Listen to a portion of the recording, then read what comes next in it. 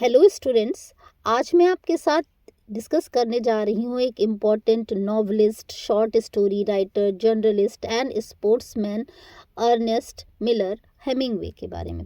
Ernest Hemingway, जिनको हम short में अर्नेस्ट हेमिंगवे या हेमिंगवे कहते हैं, ये आपके सभी कॉम्पिटिटिव एग्जाम के लिए एक इम्पॉर्टेंट नॉवलिस्ट हैं। लगभग हर एग्जाम में इनसे रिलेटेड क्वेश्चंस ज़रूर पूछे जाते हैं और डिफरेंट यूनिवर्सिटीज़ में इनके डिफरेंट नॉवल भी सिलेबस में हैं।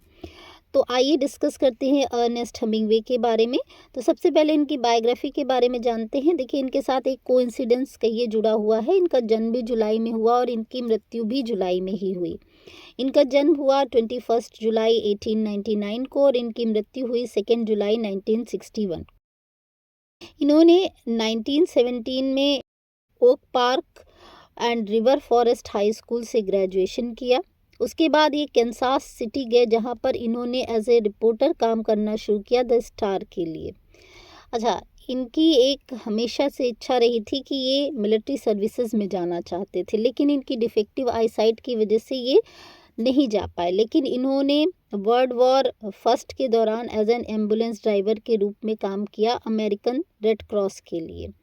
1918 में ये इटालियन वॉर फ्रंट पे भी गए, जहाँ पर ये हॉस्पिटलाइज्ड हो गए। और जब ये मिलान के हॉस्पिटल में गए थे तो वहाँ की एक नर्स थी एग्नेस, ये उनसे प्यार करने लगे। वो भी रेड क्रॉस नर्स थी, ये उनसे प्यार करने लगे। इन्होंने उनको मैरिज का प्रपोजल भी दिया, लेकिन उन्होंने इनके मैरिज प्रपोजल को डिक्लाइन कर दिया। ठीक है, इनकी सर्विसेज के लिए इन्हें Italian silver medal of bravery भी मिला। He worked at odd jobs in Chicago. He sailed for France as a foreign correspondent for the Toronto Star. ये काम इन्होंने किया। In 1925, his first important collection, a collection of short stories, जिसका title था In Our Time, ये publish हुआ New York city में। In 1926, he published The Sun Also Rises, a novel with which he got solid success. ये जो 1926 का इनका जो नॉवेल था द सन ऑल्सो राइजेस, इसने इनको बहुत बड़ी सक्सेस दिलाई। उसके बाद the torrents of spring, a parody of Anderson's dark laughter, published in 1926। The torrents of spring, जो कि एंडरसन के डार्क लाफ्टर की पैरोडी थी, वो पब्लिश हुई 1926 में। He flew several missions with the Royal Air Force and he crossed the English Channel with American troops in 1944. इन्होंने English channel को पार किया था अमेरिकन ट्रूप्स के साथ में 1944 में।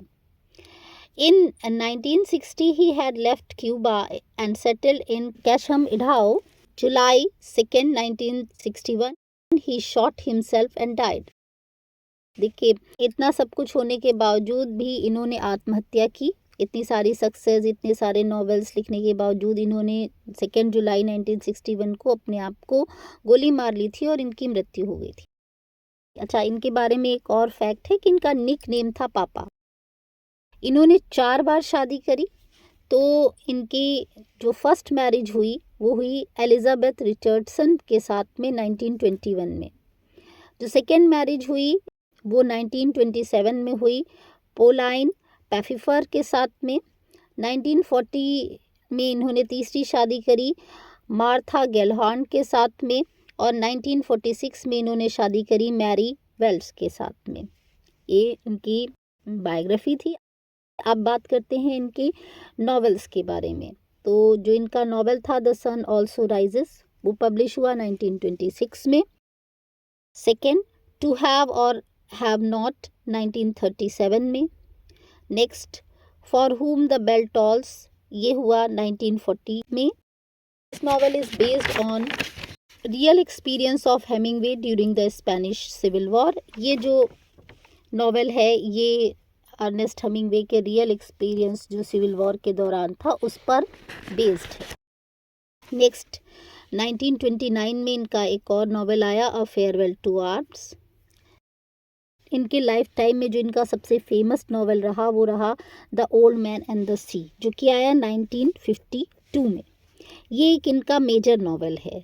ये जो ओल्ड मैन एंड द सी है, ये स्टोरी है सेंटियागो की, जो कि एक क्यूबन फिशरमैन था, जो कि फेल होता है किसी भी फिश को कैच करने में 84 डेज में।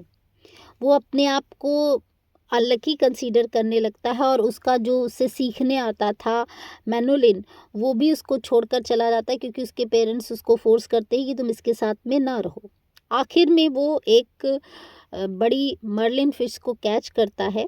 ये नॉवेल एक मैसेज भी देता है, a man can be destroyed but not be defeated. एक व्यक्ति समाप्त तो हो सकता है लेकिन वो हार नहीं सकता।